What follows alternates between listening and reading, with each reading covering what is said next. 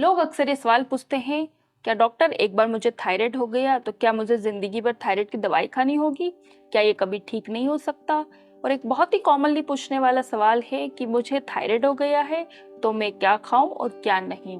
तो इससे जुड़े सवालों के लिए मैं डिटेल्स में बात करूंगी। तो आज हम थायराइड डिसऑर्डर्स के बारे में बात करने वाले हैं। तो मैं डॉक्टर नसीम शेख आपका बहुत बहुत स्वागत करती हूँ मेरे यूट्यूब चैनल पर। और मैं होम्योपैथी कंसल्टेंट हूँ और होम्योपैथी मेडिसिन एक्सपर्ट हूँ। तो चलिए शुरू करते हैं।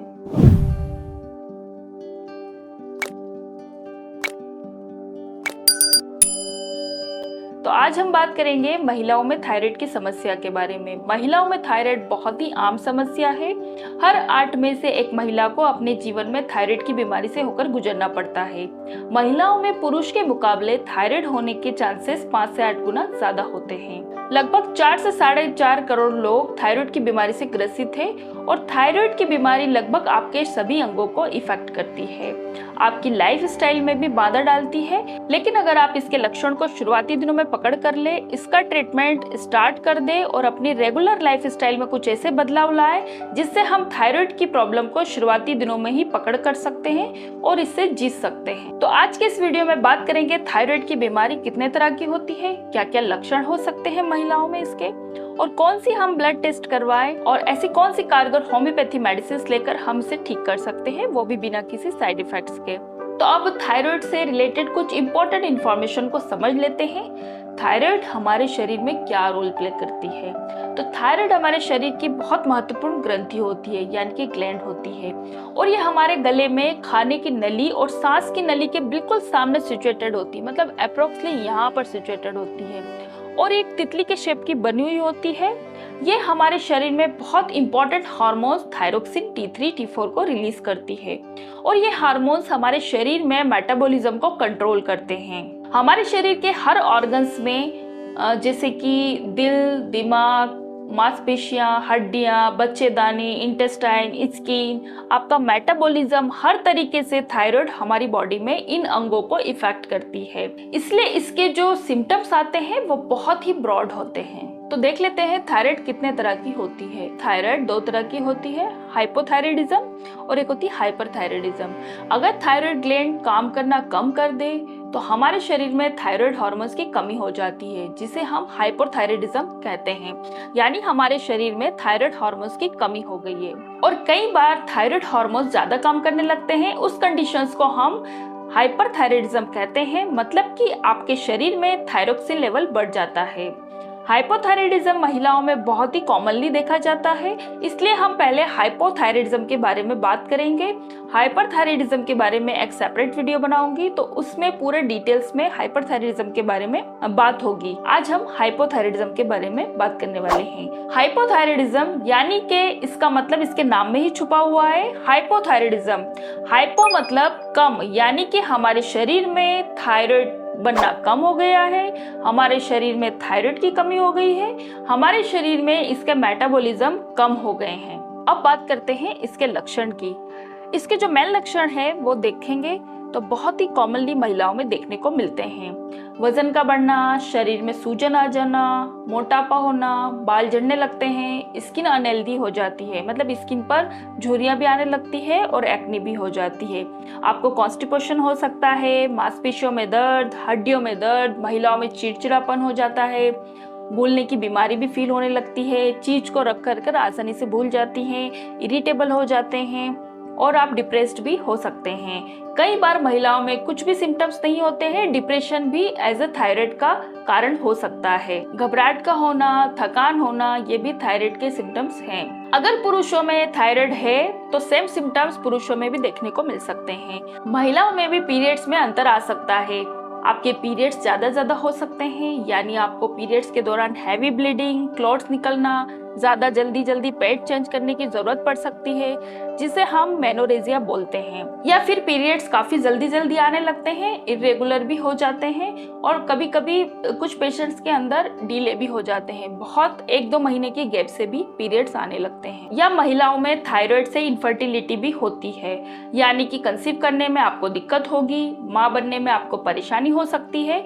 अगर प्रेगनेंसी के दौरान आपको थायराइड की कमी हो जाती है, आपको हाइपोथायराइडिज्म हाइपोथायराइडिज्म हो जाता है तो ये आपके गर्भ में पल रहे बच्चे को भी इफेक्ट करता है, उसके विकास में इफेक्ट कर सकता है, उसके मस्तिष्क के विकास में रुकावट पैदा कर सकता है। अब हम देख लेते हैं हमें थायराइड में कौन से ब्लड टेस्ट करवाना चाहिए। तो हम जो बेसिक टेस्ट करवाते हैं वो है T3, T4, TSH, इसे थायराइड प्रोफाइल बोलते हैं। T3, T4 थायरोक्सिन लेवल, ये हमने आगे बात की थी, ये थायराइड रिलीज करती है। और TSH हार्मोन्स है जो हमारा ब्रेन रिलीज करता है थायराइड के लेवल को कंट्रोल करने के लिए। यानी कि कितना थायराइड रिलीज होना चाहिए ये TSH thyroid stimulating hormones decide करता है।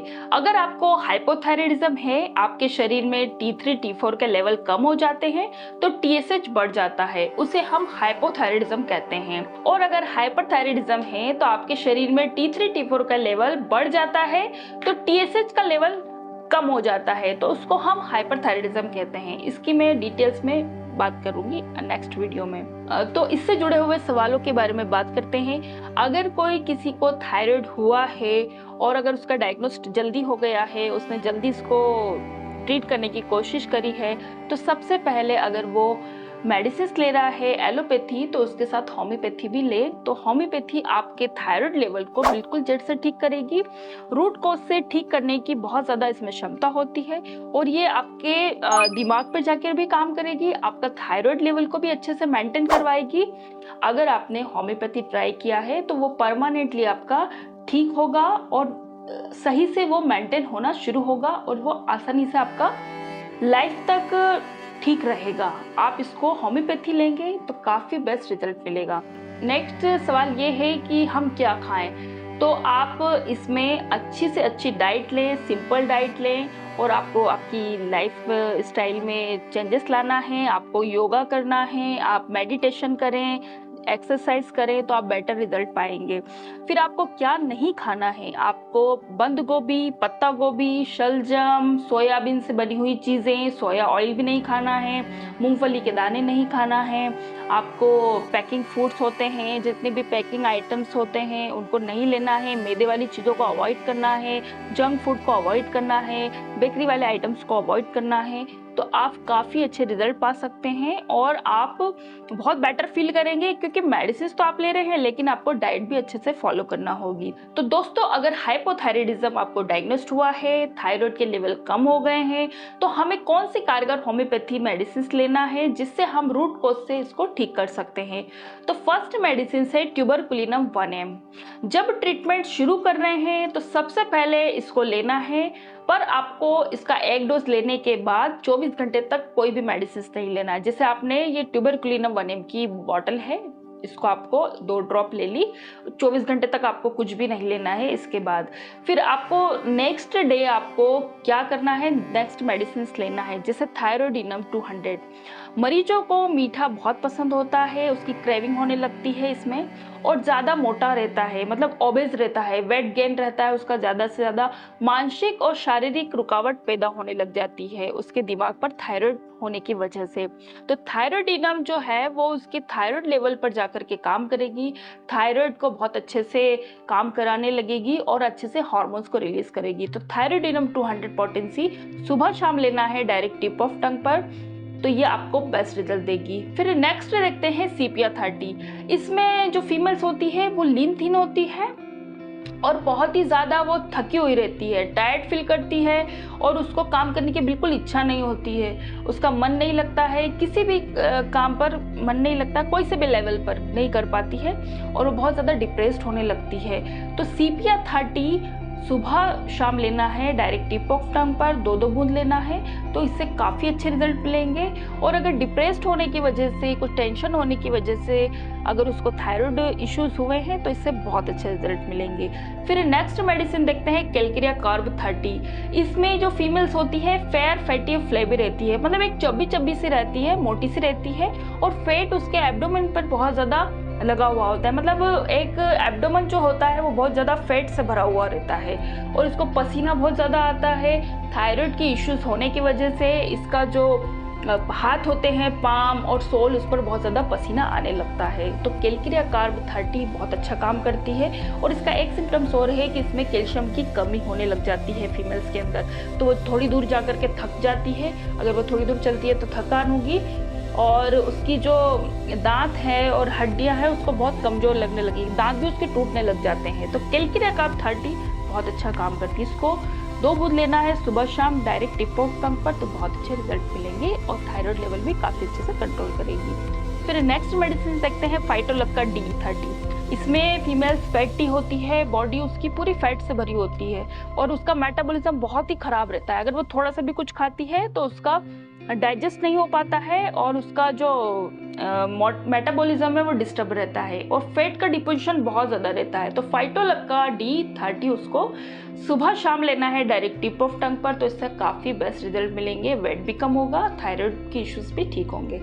फिर नेक्स्ट मेडिसिन देखते हैं पल्सटीला 30। ये बहुत ही अच्छी मेडिसिन है। अगर फीमेल्स में सिम्टम्स है, उसको बहुत ज़्यादा ठंडी लगती हो, उसके डिले मेंसेस हो, पीरियड्स आ रहे हैं लेकिन बहुत ज़्यादा बढ़ के आ रहे हैं, कभी एक महीने में आ रहे हैं तो नेक्स्ट मंथ में उसको आते ही नहीं है, मतलब 15-20 दिन महीना भर भी ऊपर चढ़ कर आते हैं। और इसमें फेयर कॉम्प्लेक्शन रहता है फीमेल्स का, बहुत ज़्यादा इमोशनल रहती है फीमेल्स, तो इसके जो सिम्टम्स है वो काफ़ी अच्छे से इसके ठीक होंगे और थायराइड के इश्यूज भी ठीक होंगे। थायराइड में हार्मोन्स पे लेवल पर जाकर अच्छा काम करेगी। तो पल्सटीला 30 सुबह शाम लेना है डायरेक्ट टिप ऑफ टंग पर, इसको भी आप लेंगे तो काफ़ी बेस्ट रिजल्ट मिलेंगे। तो आप इन मेडिसिन को ज़रूर लें, लेकिन आपको इस लेने से पहले किसी डॉक्टर के अंडर में इसको कंसल्ट करने के बाद ही प्रिस्क्राइब करें और फिर आप ले सकते हैं, काफ़ी अच्छे रिजल्ट मिलेंगे। लेकिन आपको डाइट भी फॉलो करना पड़ेगी, योगा भी करना पड़ेगा, एक्सरसाइज करना पड़ेगी, आपको अपनी जो लाइफ स्टाइल है उसको भी काफ़ी हद तक चेंज करना पड़ेगा। उम्मीद करती हूँ कि आपको मेरा वीडियो बहुत पसंद आया होगा। वीडियो पसंद आया है तो इसे लाइक करें, शेयर करें ज़्यादा से ज़्यादा लोगों में, और अगर आप मेरे चैनल पर नए हैं तो जल्दी से मेरे चैनल को सब्सक्राइब कर ले, बेल आइकन को प्रेस करें ऐसी इंफॉर्मेटिव वीडियोस के लिए।